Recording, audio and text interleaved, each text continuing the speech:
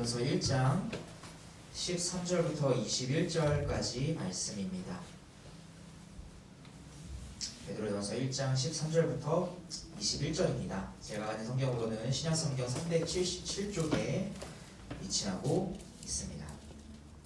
베드로전서 1장 13절부터 21절까지 한 절씩 교독하신 후에 마지막 21절 말씀을 합독하시겠습니다. 제가 먼저 13절부터 읽겠습니다. 그러므로 너희 마음의 허리를 동이고 근신하여 예수 그리스도께서 나타나실 때에 너희에게 가져다 주실 은혜를 온전히 바랄지어다. 너희가 순종하는 자식처럼 전에 알지 못할 때에 따르던 너희 사욕을 본받지 말고 오직 너희를 부르신 거룩한 이처럼 너희도 모든 행실에 거룩한 자가 되라. 기록되었을 때 내가 거룩하니 너희도 거룩할지어다 하셨느니라.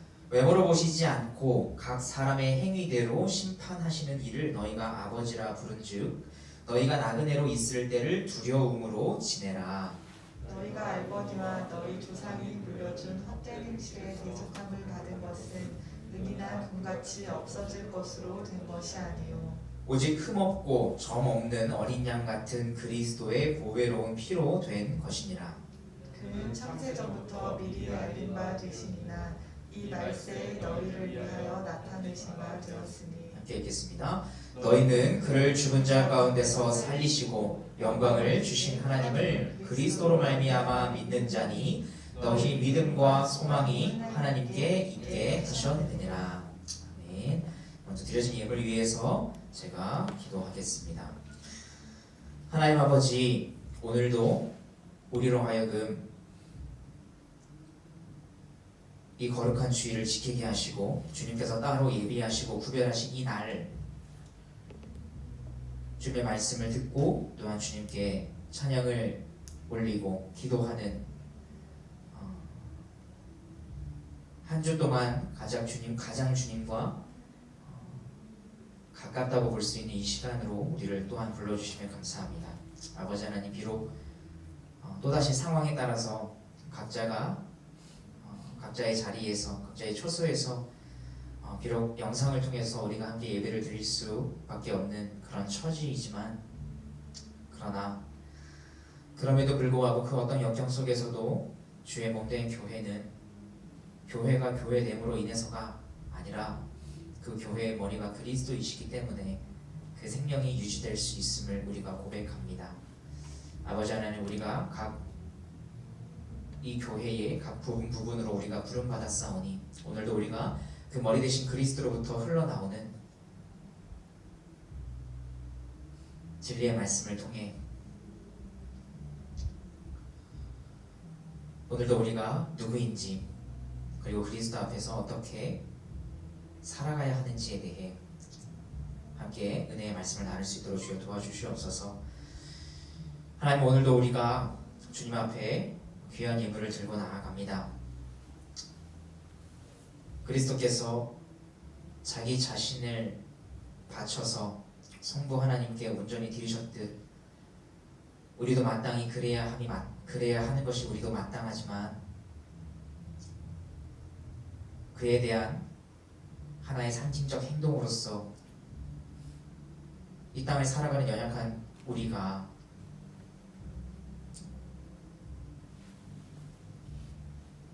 우리의 생명과도 같은 물질의 일부를 주님께 드립니다. 아버지 하나님, 우리가 이 주님께 드린다는 것에 대한 의미를 날마다 되새기게 하시고 그래서 그 마음을 따라 주님께 온전히 바쳐진다는 것이야말로 곧 주님께서 내가 거룩하니 너희도 거룩하라 하신 말씀을 이행하고 있는 것임을 우리가 기억하며 나아갈 수 있도록 주여 도와주시옵소서. 그렇게 됐을 때에 그 어떤 금액의 액수보다도 그 안에 담긴 마음을 통해 우리가 거룩하신 그리스도를 닮아서 거룩한 자들로 되어갈 수 있도록 주님 은혜를 베풀어 주시옵소서. 감사드리며 우리 구주 예수 그리스도 이름으로 기도합니다. 아멘.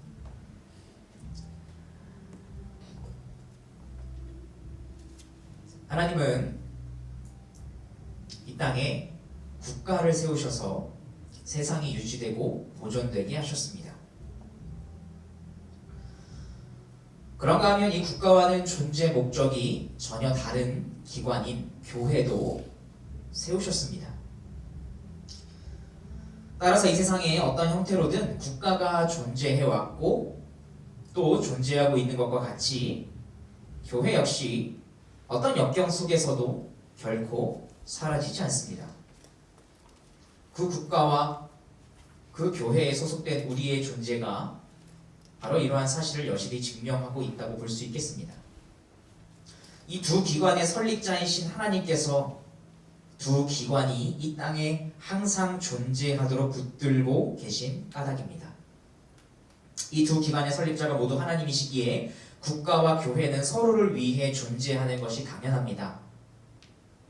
교회가 거듭난 성도들을 거룩함으로 잘 이끌수록 성도들이 시민으로 몸담고 있는 국가는 깨끗해집니다. 살기 좋은 곳이 됩니다. 부정부패가 억제됩니다. 거룩함을 향해 나아가는 성도들은 하나님 사랑과 이웃 사랑을 실천하고 또한 사회를 향해서는 정의를 요구하는 사람들이기 때문입니다. 그래서 국가는 공권력을 사용하여 이러한 거룩한 성도들을 키워내는 교회를 보호합니다. 그것이 곧 국가의 유익이 되기 때문입니다. 이렇듯 국가와 교회 이 두 기관은 주님께서 다시 오시기까지 이 세상이 유지되고 보존되며 그리고 그동안 악이 제어될 수 있도록 서로를 위해 세워졌습니다. 하지만 우리가 살아가는 이 세상을 보면 지금까지 지나온 인류의 모든 역사를 사실 돌이켜보면 국가와 교회는 서로를 위해 존재했던 그 시간보다 각자 자기의 이익을 챙기기 위해 서로를 억압하고 억제하려 했던 시간이 훨씬 많았다는 것을 우리는 보게 됩니다. 그래서 때로는 국가가 교회 위에 군림했고 때로는 교회가 국가 위에 군림했습니다.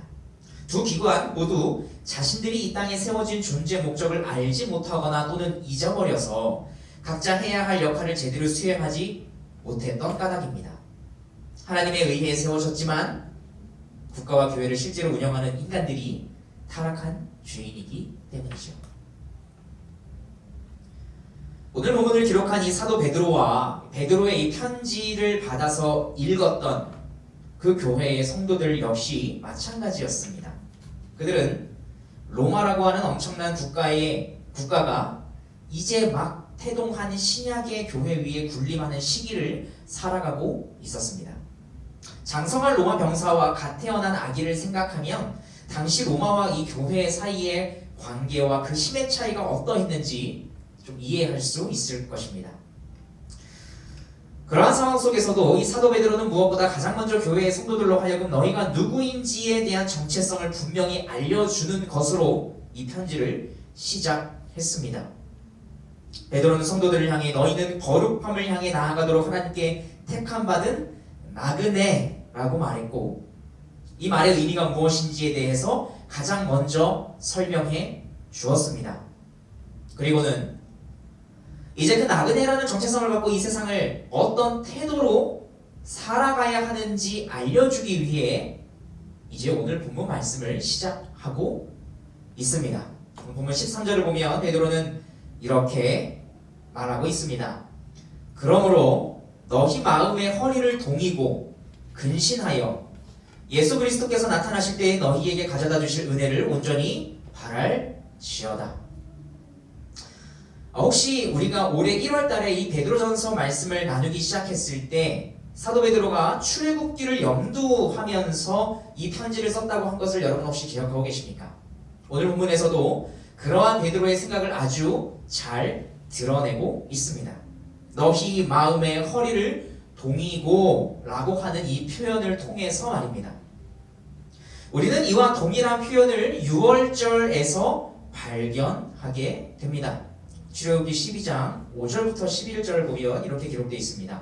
너희 어린 양은 흠없고 일련된 수컷으로 하되 양이나 염소 중에서 취하고 이달 열 나흔 날까지 간직하였다가 해질 때에 이스라엘 회중이 그 양을 잡고 그 피를 양을 먹을 집 좌우 문설주와 안방에 임방에 바르고 그 밤에 그 고기를 불에 구워 무교병과 쓴 나물과 아울러 먹되 날 것으로나 물에 삶아서 먹지 말고 머리와 다리와 내장을 다 불에 구워서 먹고 아직까지 남겨두지 말며 아직까지 남은 것은 곧 불사르라.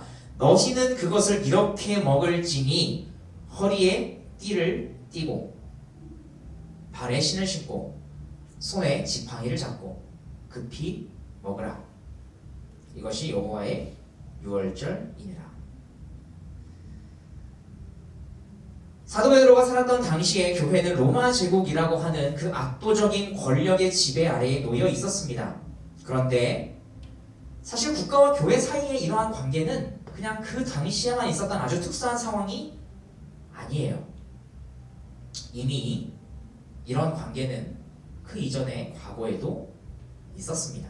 아니 오히려 그때에는 심지어 상황이 더 좋지 않았죠. 그때는 이스라엘 민족 전체가 애굽이라고 하는 압도적인 권력을 갖고 있었던 국가의 노예였기 때문입니다. 그런데 그 애굽의 노예로 살고 있었던 이스라엘 민족을 하나님은 출애굽시키셨습니다. 그리고는 그들을 자기 백성이라고 천명하시고 수백 년 전 약속으로 주신 가나안 땅을 향해 나아가게 하셨습니다. 즉 이미 주어진 약속을 향해 나아가게 하셨다는 것입니다. 6월절은 바로 이 출애굽의 첫날이에요.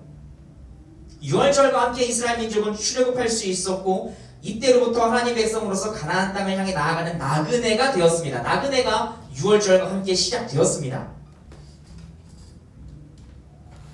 하나님께서 6월절을 지키라고 말씀하시면서 허리에 띠를 띠고 발에 신을 신고 손에 지팡이를 잡고 급히 음식을 먹으라고 명하신 이유가 바로 이것입니다. 이 모든 행동은 이제 너희는 약속의 땅인 가나안 땅을 향해 나아가는 나그네가 되었다는 것을 가르치기 위함이었던 것이죠. 허리에 띠를 띠고 발에 신을 신고 손에 지팡이를 잡고 급히 음식을 먹는 것은 그 땅에 정착해서 살아가는 사람들의 모습이 아니니까요.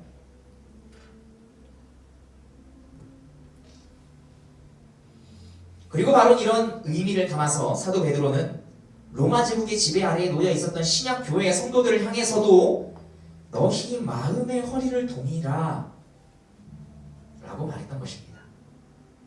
구약 시대의 이스라엘 백성들이 하나님의 일하심으로 출애굽하여 가나안 땅을 향해 나아가는 나그네가 되었던 것처럼 6월절로부터 말입니다. 그것처럼 너희도 우리 신약의 성도들도 하나님 나라를 향해 나아가는 나그네가 되었다고 말하고 싶었기 때문입니다.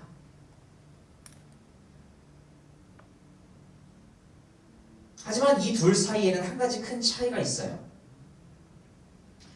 구약 시대의 이스라엘 백성들은 애굽에서 실제로 출애굽을 했고 노예에서 나그네가 되었죠.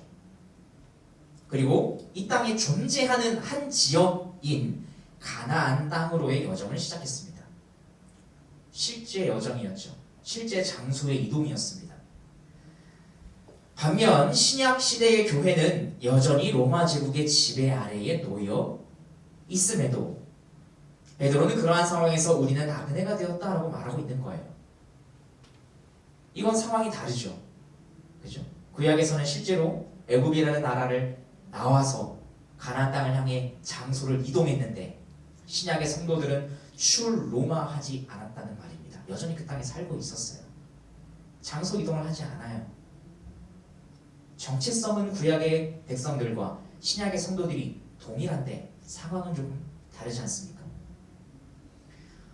왜냐하면 이 구약 시대의 출애굽 사건이 가리키는 것은 로마 제국의 지배 아래에서 놓이는 것이 아니라 예수 그리스도의 십자가 사역으로 말미암아 죄의 노예에서 놓이는 것을 가리키는 것이기 때문입니다. 가나안 땅을 향해 나아가는 것은 아직 이 땅에 가시적으로 임하지 않은 하나님 나라를 향해 나아가는 것을 가리키는 것이기 때문입니다. 그러니까 이러한 차이가 발생하는 궁극적인 이유는 구약 시대가 모형인 반면에 마치 어린아이들을 교육하기 위한 실제 프레젠테이션이라고 볼 수 있다면 신약 시대는 그 모형의 오히려 실제 본질이기 때문입니다. 그래서 비록 현실은 여전히 로마 제국의 지배 아래 놓여있다 할지라도 본질적으로 죄의 노예로부터 풀려난 나그네로서 이 땅에 있는 어떤 지역이 아니라 아직은 영적인, 그러나 언젠가 실제로 임하게 될 하나님 나라를 향해 나아가야 한다고 사도 베드로는 말한 것입니다. 이것이 구약과 신약의 차이라고 볼 수 있겠죠. 이것이 그리스도께서 나타나실 때에 너희에게 가져다 주실 은혜를 온전히 바랄지어다 라는 말씀의 의미라고 볼 수 있겠습니다. 구약시대의 이스라엘 백성들이 마침내 약속으로 주어진 가나안 땅에 들어갈 수 있었던 것처럼, 그리고 그곳에 정착해서 살 수 있었던 것처럼, 신약시대의 성도들도 비록 실제 장소에 이동을 하진 않지만 약속으로 받은 하나님 나라에 온전히 들어가게 될 날이 반드시 올 것입니다. 우리 모두 이것을 바라보면서 나아가야 할 것입니다. 여러분의 그 마음의 허리를 질끈 동여매시기 바랍니다. 신약교회의 성도들은 죄의 이 노예로부터는 해방되었을지라도 방금 말씀드린 것처럼 여전히 로마 제국의 지배 아래 놓여 있었습니다. 현실은 그랬어요. 그 상태에서 하나님 나라를 향해 나아가는 나그네로 살아가야 했습니다. 그래서 사도 베드로는 어떤 태도와 마음으로 나아가야 하는지에 대해 이제 두 가지로 설명합니다. 첫째는 여러분을 구원으로 부르셨고 이제는 거룩함의 자리로 부르고 계신 그 삼위 하나님을 따라 나아가라 라고 하는 것이 첫 번째 마음가짐입니다. 본문 14절부터 16절인데 제가 새번역 성경 버전으로 좀 읽어드리겠습니다. 순종하는 자녀로서 여러분은 전에 모르고 좇았던 욕망을 따라 살지 말고 여러분을 불러주신 그 거룩하신 분을 따라 모든 행실을 거룩하게 하십시오. 성경에 기록하기를 내가 거룩하니 너희도 거룩하여라 하였습니다. 지금 베드로는 두 가지 삶의 방식을 대조하고 있습니다. 전에 모르고 좇았던 욕망을 따라 사는 삶과 거룩하신 분을 따라 사는 삶, 이 두 가지 삶을 대조하고 있죠. 그러니까 무엇을 따라가느냐, 방향에 대한 것을 말하고 있는 것입니다. 여기서 이 좇았던 이라고 번역된 헬라어에는 어떤 습관, 모양, 형식, 틀, 방식 이런 의미가 담겨 있어요.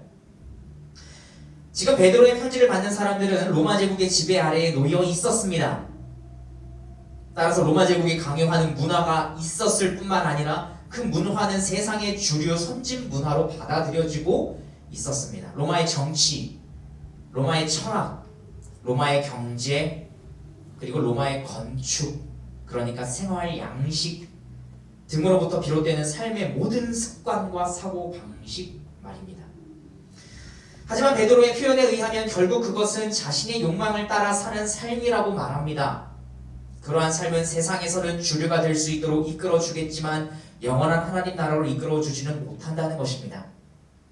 교회의 성도들도 거듭나기 전에는 그래서 그리스도의 사역과 존재, 더 나아가 그분이 영원토록 다스리실 하나님 나라가 있다는 것을 모를 때에는 로마 제국의 문화가, 습관이, 형식이, 사고방식이 세상을 살아가는 데 있어서 최고이며 옳은 것이라고 생각했을 것입니다.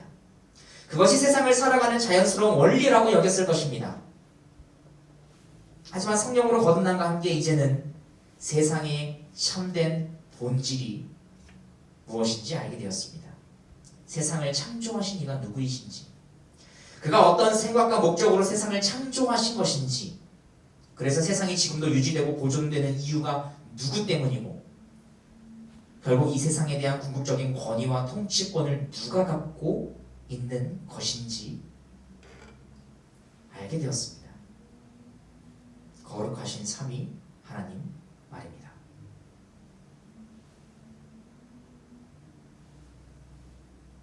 삼위 하나님은 오늘도 살아계셔서 국가와 교회를 다스리는 그 주권을 행사하고 계십니다. 이 세상에 존재하는 악과 사단도 그분의 통치 아래에서 제어되고 있습니다. 뿐만 아니라 백성이자 나그네로 부름받아 나아가는 그 여정의 끝에는 그분께서 영원토록 다스리실 하나님 나라가 약속으로 주어져 있습니다. 그러므로 사랑하는 이청년부 성도 여러분, 거룩하신 삼위 하나님을 곧 그분의 모습과 의지가 표현된 말씀을 따라 나아가시기 바랍니다. 이것이 첫 번째 나그네로서 나아가야 하는 마음가짐입니다. 그러나 여기에는 넘어야 할 큰 산이 존재합니다. 바로 우리의 두려움 말입니다. 우리를 다스리고 있는 권위는 당장 눈앞에 보이기 때문이죠. 그것을 거부하고 거절한다는 것은, 그것을 따라가지 않는다는 것은 말처럼 쉬운 것이 아닙니다. 그래서 사도 베드로는 이제 나그네로 나아가는 이 두 번째 마음가짐에 대해 다음과 같이 말합니다. 본문 17절부터 21절인데 마찬가지로 좀 세번역 성경으로 좀 보겠습니다. 그리고 사람을 겉모양으로 판단하지 않으시고 각 사람의 행위대로 심판하시는 분을 여러분이 아버지라고 부르고 있으니 여러분은 나그네의 삶을 사는 동안 두려운 마음으로 살아가십시오. 여러분은 조상으로부터 물려받은 여러분의 헛된 생활 방식에서 해방되었습니다. 여러분도 아시지만 그것은 은이나 금과 같은 썩어질 것으로 된 것이 아니라 흠이 없고 티가 없는 어린 양의 피와 같은 그리스도의 귀한 피로 되었습니다. 하나님께서는 이 그리스도를 세상이 창조되기 전에 미리 아셨고 이 마지막 때에 여러분을 위하여 나타내셨습니다. 여러분은 그리스도로 말미암아 하나님을 믿고 있습니다. 하나님은 그리스도를 죽은 사람 가운데서 살리시고 그에게 영광을 주셨습니다. 그래서 여러분의 믿음과 소망은 하나님을 향해 있습니다. 그러니까 이 거룩하신 하나님을 따라 나그네로 나아가는 그 두 번째 마음가짐을 한마디로 표현하라고 한다면 두려움을 정복하는 두려움입니다. 무엇을 두려워하느냐 하는 것이죠.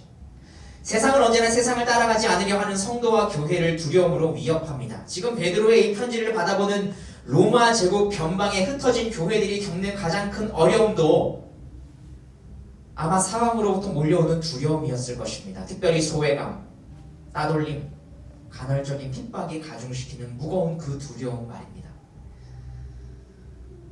모두가 정직하지 않아도 되는 관행 속에서 혼자 정직을 행하겠다고 해보시기 바랍니다.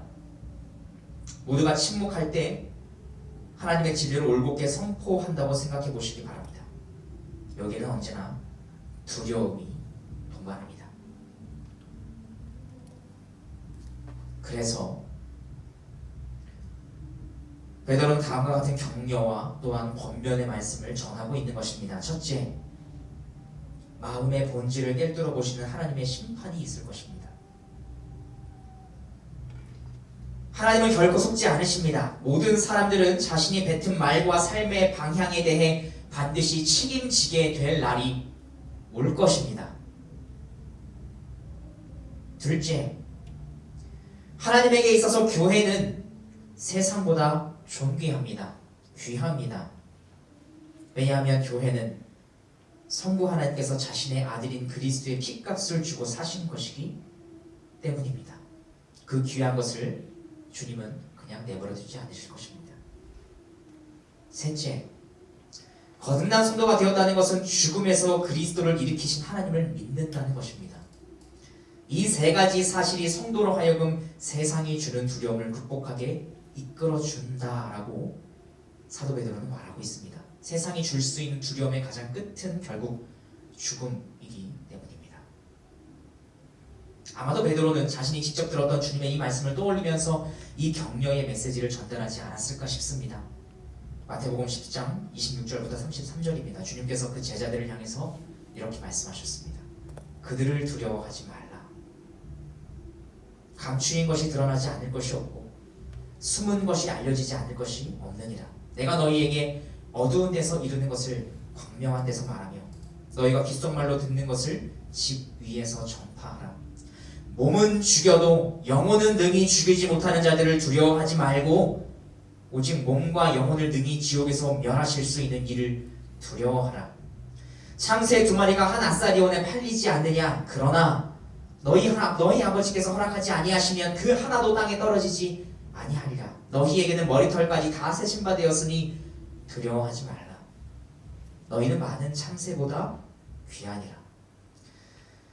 누구든지 사람 앞에서 나를 시인하면 나도 하늘에 계신 내 아버지 앞에서 그를 시인할 것이요 누구든지 사람 앞에서 나를 부인하면 나도 하늘에 계신 내 아버지 앞에서 그를 부인하리라.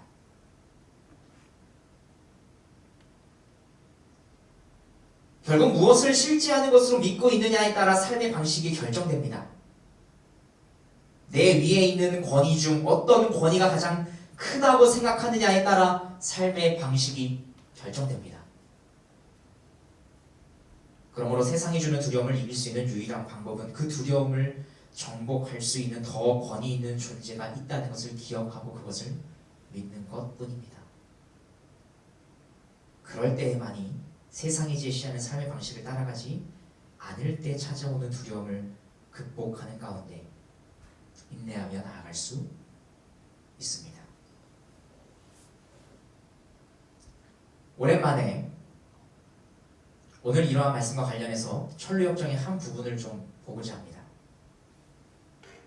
그 대목은 다음과 같이 시작합니다. 나는 꿈에서 그들이 광야를 벗어나자마자 금세 하나의 마을이 나타나는 것을 보았는데 그 마을의 이름은 허영이었으며 그 마을에는 허영의 시장이 열리고 있었다. 이 시장은 연중 계속 열리는 시장이었는데 이 시장이 열리고 있는 마을 자체가 허영보다도 더 경박한 곳일 뿐만 아니라 사고 팔리는 많은 물건들이나 모여드는 사람들조차도 모두 허영에 가득 차 있었다. 이 시장은 요즘에 새로 열린 시장이 아니고 오래전부터 존속해오던 시장인데 그 기원을 설명하면 이렇다. 약 5,000년 전에 지금처럼 정직하고 경건한 순례자들이 있었다.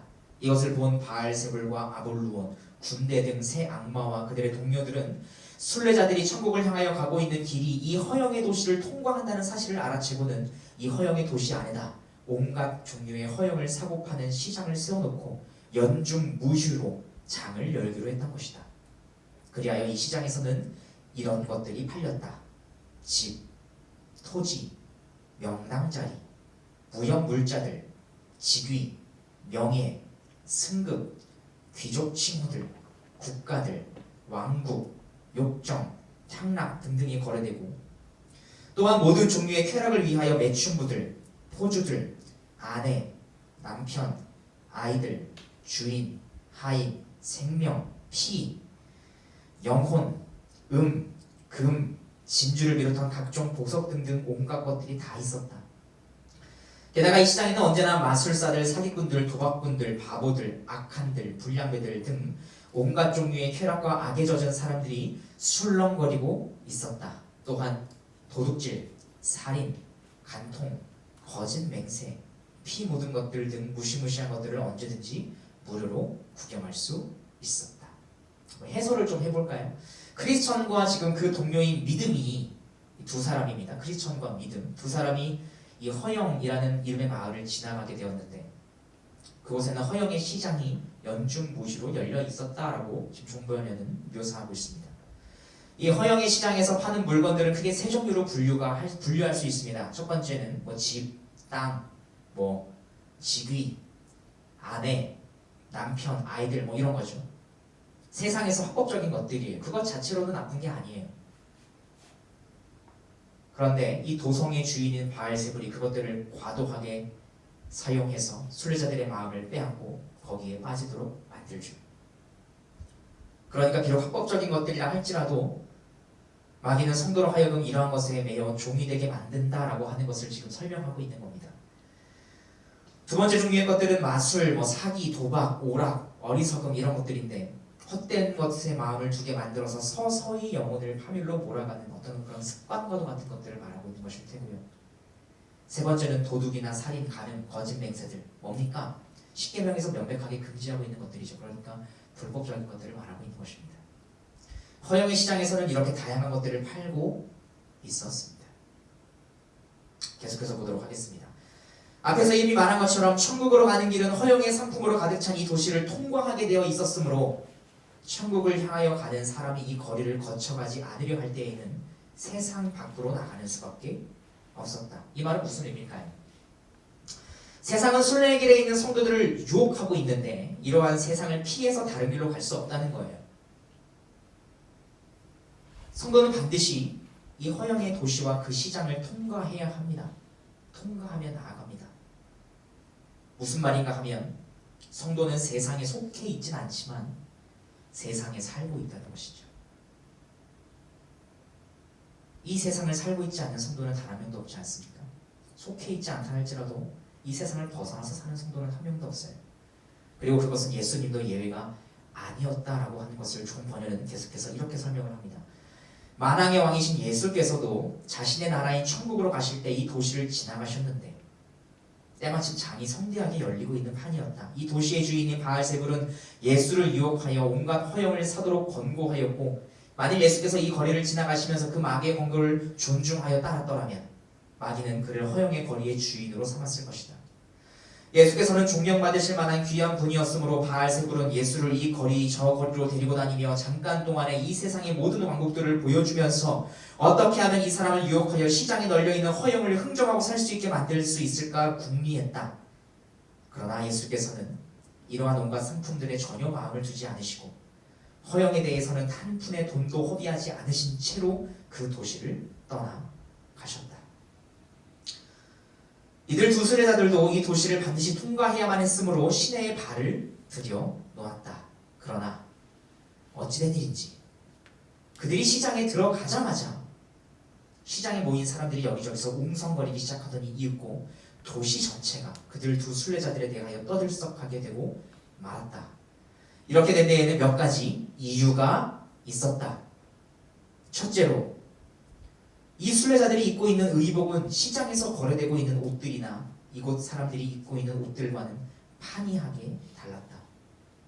그리하여 시장에 모여있는 사람들은 이상한 눈초리로 두 사람을 훑어보면서 더러는 그들을 보고 바보니 미친놈이니 이방인들이니 하면서 욕하고 놀려댔다. 이 옷은 성경의 표현에 의하면 그리스도의 그 의로움의 옷을 입는 약간 그런 상징적인 것을 지금 표현하고 있는 것입니다.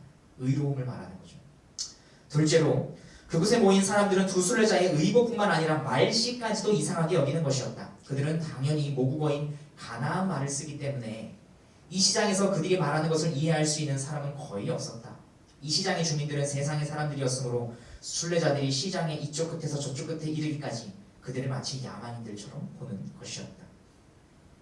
말은 곧 가치관입니다. 어떤 가치관을 갖고 있느냐에 따라 말을 하죠. 말이 서로 달랐다는 것은 애초에 가치관이 달랐다는 것을 말하는 거 아니겠습니까? 셋째로 시장의 상인들이 이 두 순례자들을 불쾌하게 여긴 까닭은 이들이 시장에 쌓인 온갖 허영의 물건들을 경시하여 조금도 거들떠보지 않았기 때문이었다. 상인들이 좀 물건을 팔아달라고 그들을 부르기라도 하면 순례자들은 두 손으로 귀를 틀어막고는 내 눈을 돌이켜 험한 것을 보지 말게 하소서라고 부르짖으며 그들의 모든 거래와 매매는 모두 하늘나라에 있다는 표시를 하면서 하늘을 우러러 보는 것이었다. 정리하자면 무슨 말이겠습니까? 이들이 핍박을 받은 이유는 그들과 세상 사람들의 삶의 방식이 너무나 달랐기 때문입니다. 그들은 세상에 살지만 허영의 도시를 지나가고 있었지만 그 도시에 속해 있지는 않았어요. 나그네였으니까요. 두 순례자는 세상적인 동기, 목적 그리고 이상으로부터 완전히 분리되어 있었으며 전혀 영향을 받지 않았습니다. 어떻게 그럴 수 있었을까요?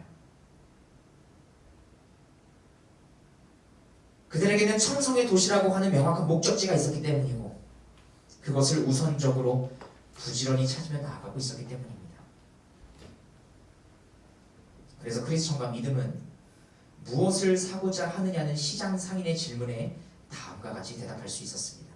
두 순례자들의 거동을 바라보며 비웃고 있던 한 상인이 무엇을 사고자 하십니까? 하고 그들을 향해 말을 걸자 그들은 정색을 하고 상인을 바라보면서 우리는 진리를 구하고 있습니다 라고 대답했다.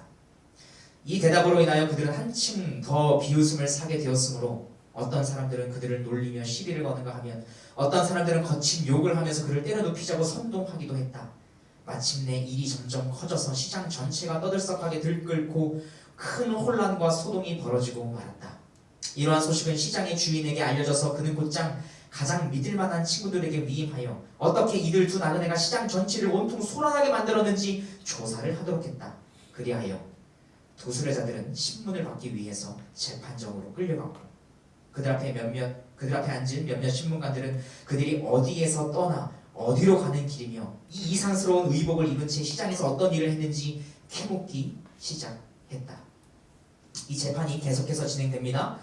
그리고 그 재판의 결론으로 이렇게 표현하고 있습니다. 불쌍한 두 순례자들은 다시 재판관 앞에 끌려가서는 시장에서 지금 막 일어난 소동까지도 그들의 잘못이라는 판결을 받고 실컷 두들겨 맞고 쇠사슬과 족쇄로 묶인 채 시장의 여기저기로 끌려다녔다. 시장에 모인 주민들 중에서 이 두 순례자를 옹호하여 말을 하거나 이들의 편에 서는 사람들에게 본보기로 공포를 불러일으키기 위한 것이었다. 그러나 이토록 심한 고통 중에서도 두 순례자들은 더욱 현명하고 신중하게 처신하여 그들에게 퍼부어지는 수치와 경멸을 온유함과 인내로서 받아들였다. 그러자 주민들 중에서는 비록 반대편과 비교해볼 때 매우 적은 숫자이기는 하지만 그들의 편에 서는 사람들의 수요가 조금씩 늘어나기 시작했다. 이러한 현상은 더욱더 시장 주인의 분노를 자아내어 마침내 결박 정도로는 시장의 주민들을 모욕한 죄와 거리를 소란으로 몰아넣은 난동을 처벌하기에 부족하니 사형시키는 도리밖에 없다고 위협했다. 그리하여 믿음은 법정에서 끌려나가 이전에 있던 감옥으로 돌아가서 일찍이 없었던 가장 참혹한 사형에 처해지는 선고를 받았다. 그들은 믿음을 감옥에서 끌어내어 그들의 법률에 따라 우선 채찍으로 매질을 가하고 나서 주먹으로 실컷 때리고 피부를 여기저기 칼로 찌르고 돌로 치고 다음에는 대검으로 난도질을 하고 나서 끝으로 화형틀에 묶은 뒤에 살이 불에 타서 재가 되도록 내버려 두었다. 이렇게 하여 믿음은 마침내 그의 고통스러운 종말을 맞이하게 되었다. 지금 존 버년이 이 믿음이 죽는 과정을 이렇게 세세하게 기록할 수 있었던 이유가 무엇일까요? 존 버년 그 스스로가 감옥에서 이것을 기록하고 있었기 때문이고 그가 살고 있던 당시에 개신교인들은 실제로 순교를 당하고 있었기 때문입니다.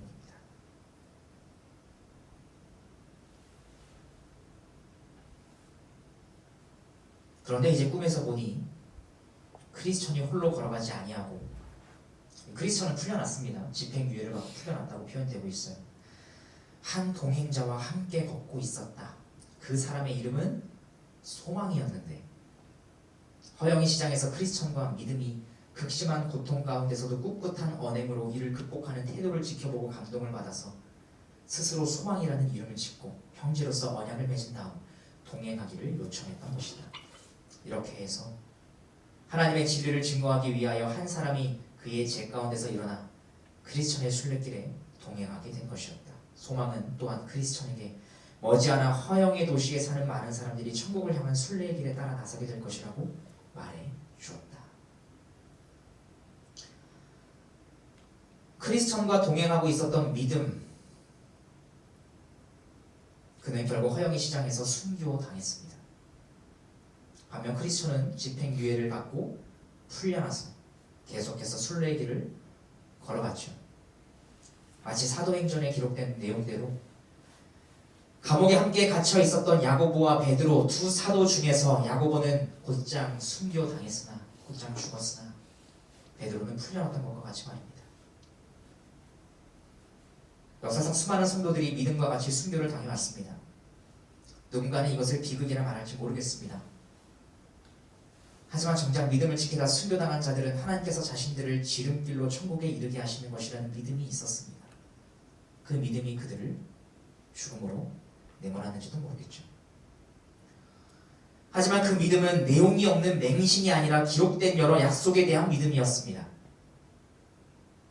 토대가 있는 믿음으로 인한 순교였기 때문에 그들이 흘린 순교의 피는 교회의 씨앗이 되어서 많은 사람들이 그 증거를 따라 순례의 길에 나서게 만들었습니다. 그렇게 세워진 교회가 지구의 반바퀴를 돌아서 이 땅에도 세워졌고 그래서 우리도 성도로서 부름받게 되었습니다.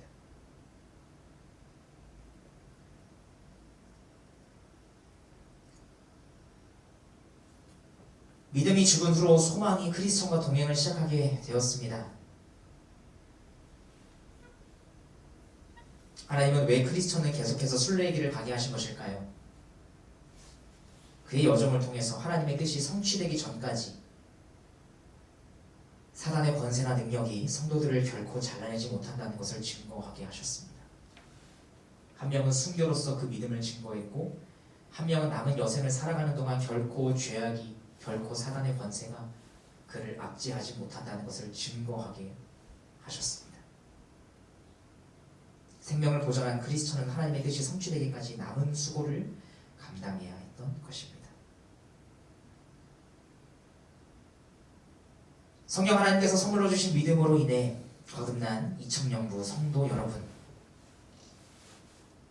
거듭남과 함께 여러분의 구원은 확정되었습니다.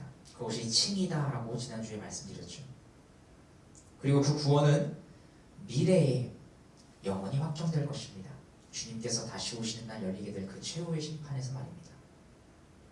우리는 이미 구원을 받았지만 앞으로 확정될 구원을 받게 될 것입니다.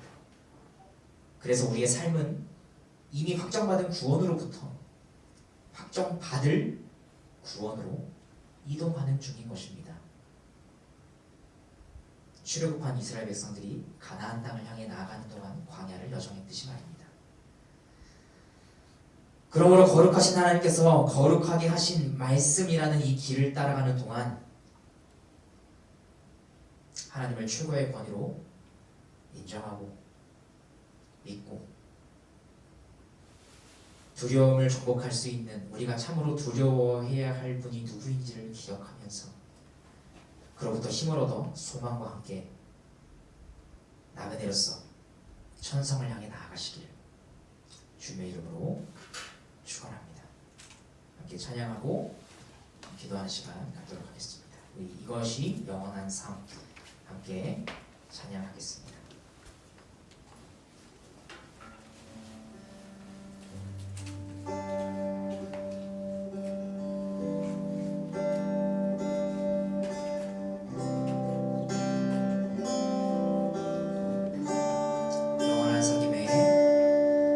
영원한 사귐에 날 초대하시네.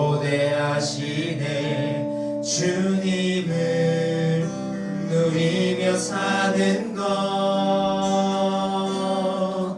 날 지으신 대로, 날 부르신 대로 주님과 함께 걷는. 저 다시 한번 고백해볼까요? 영원한 사귐에, 영원한 사귐에 날 초대하시네. 주님을 누리며 사는 것, 날 지으신 대로, 날 부르신 대로 주님과 함께 걷는 삶. 이것이 영원한 삶, 이것이 영원한 삶. 참 하나님과 그 아들 아는 삶. 이것이 영원한 삶, 이것이 영원한 삶. 내가 주 안에, 주는 내 안에 늘 거하는 삶. 다시 한번 고백해보겠습니다. 영원한 사귐에, 영원한 사귐에 날 초대하시네. 주님을 누리며 사는 것, 날 지으신 대로, 날 부르신 대로 주님과 함께 걷는 삶. 이것이 영원한 삶, 이것이 영원한 삶. 참 하나님과 그 아들 아는 삶. 이것이 영원한 삶, 이것이 영원한 삶. 내가 주 안에, 주는 내 안에. 이것이 영원한 삶, 이것이 영원한 삶, 이것이 영원한 삶. 참 하나님과 그 아들 아는 삶. 이것이 영원한 삶,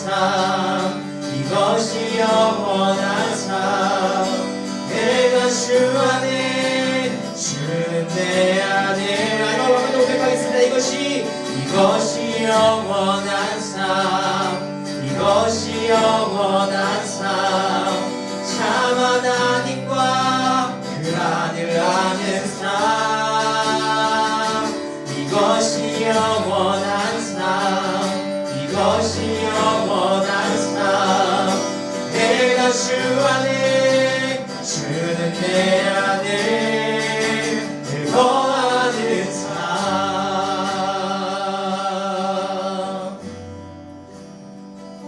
사랑하는 2000년부 청년 여러분, 우리는 성령 하나님에 의해 하나님의 거룩하심을 닮아가도록 부름받은 자들입니다. 이미 받은 구원으로부터 앞으로 받게 될 구원에 이르기까지 그 구원의 여정을 향해 나아가도록 나그네로 부름받은 자들입니다.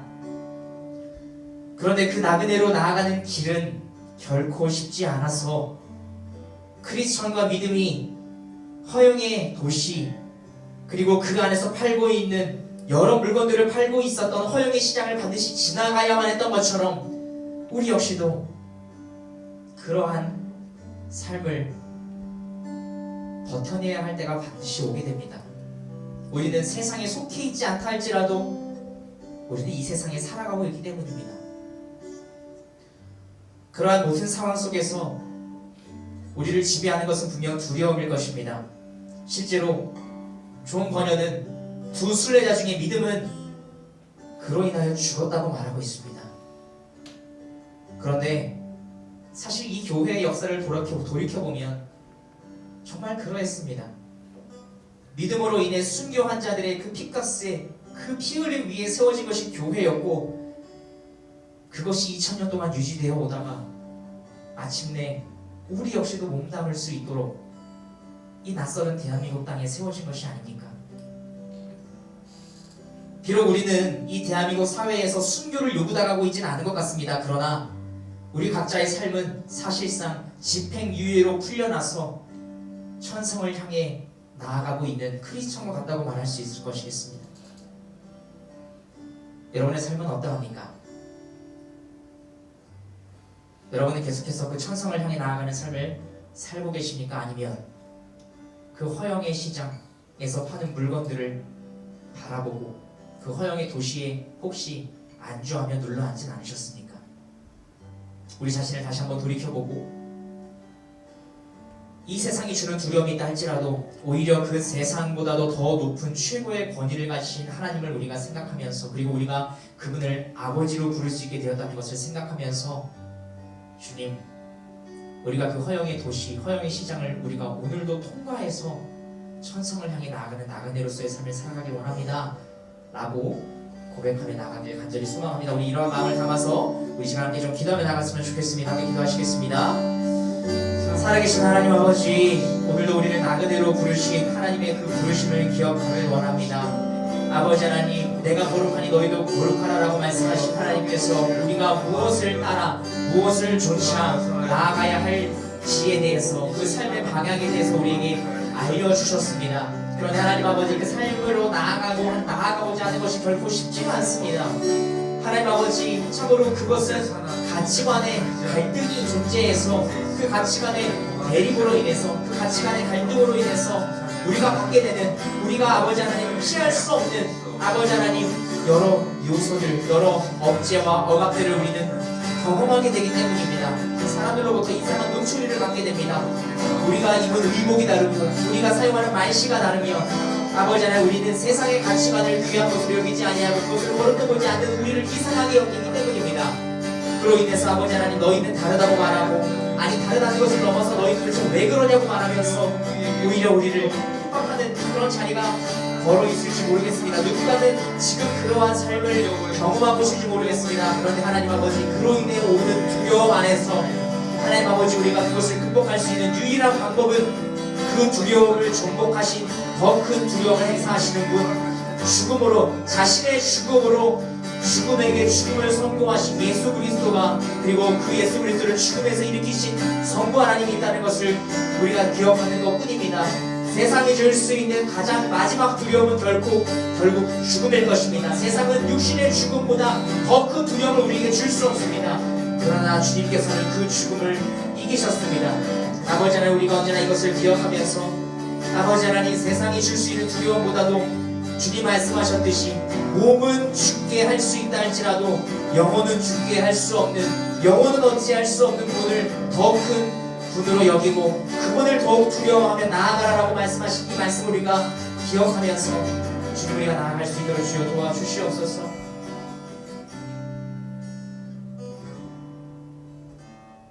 살아계신 하나님 아버지, 주님께서 국가와 교회를 세우셨습니다. 이 두 기관을 통해서 하나님은 세상이 유지되고 보존하도록 주님께서는 섭리하시고 다스리시는데, 하나님께서 선하시듯 본래 이 국가와 교회도 선한 목적을 따라 창조되었음에도 불구하고, 그래서 서로를 향해서 상호적으로 서로를 세워주고 서로가 더욱 거룩함을 향해 나아갈 수 있도록 그런 존재 목적을 따라 세우셨음에도 불구하고, 때로는 국가가 교회를, 때로는 교회가 국가를, 그리고 서로가 서로를 비판하며 억압하고 어떻게든 이기려고 애쓰는 모습을 우리는 보게 됩니다. 국가를 구성하는 구성원들이, 그리고 교회를 구성하는 구성원들이 죄인이기 때문입니다. 그러한 국가와 그러한 교회, 그 두 기관에 모두 한 발씩 걸치고 살아가고 있는 우리는, 그래서 성도로서 부름받았으나 여전히 이 세상을 살아가는 한 명의 시민으로서 살아가고 있는 우리는 참으로 어려움을 겪을 때가 많은 것 같습니다. 하나님 아버지, 우리가 그런 어려움을 겪으며 나아가는 동안에 이미 받은 구원으로부터 앞으로 확정받을, 영원히 확정받을 구원을 향해 나아가는 동안에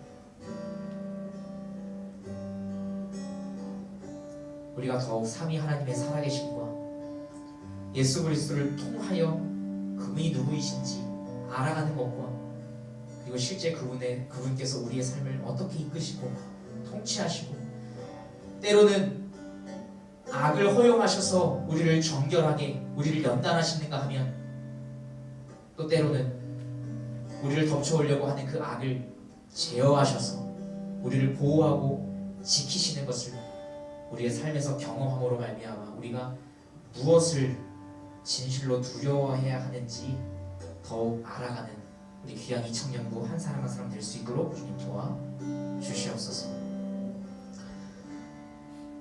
이제는 우리 주 예수 그리스도의 은혜와 성부 하나님의 무한하신 사랑하심과 성령 하나님의 교제인도 충만케 하신 은총이 나그네로 살아가는 동안 하나님의 말씀을 따라 살아가기 위해 무엇이 가장 큰 권위이며 우리가 실제로 무엇을 두려워해야 하며, 그러나 우리가 두려워하는 그 대상을 우리는 아버지로 부르고 있다는 것을 기억하며 나아가는 모든 이청년부 한 사람 한 사람 머리 위에 이제로부터 영원토록 항상 함께 있을지어다.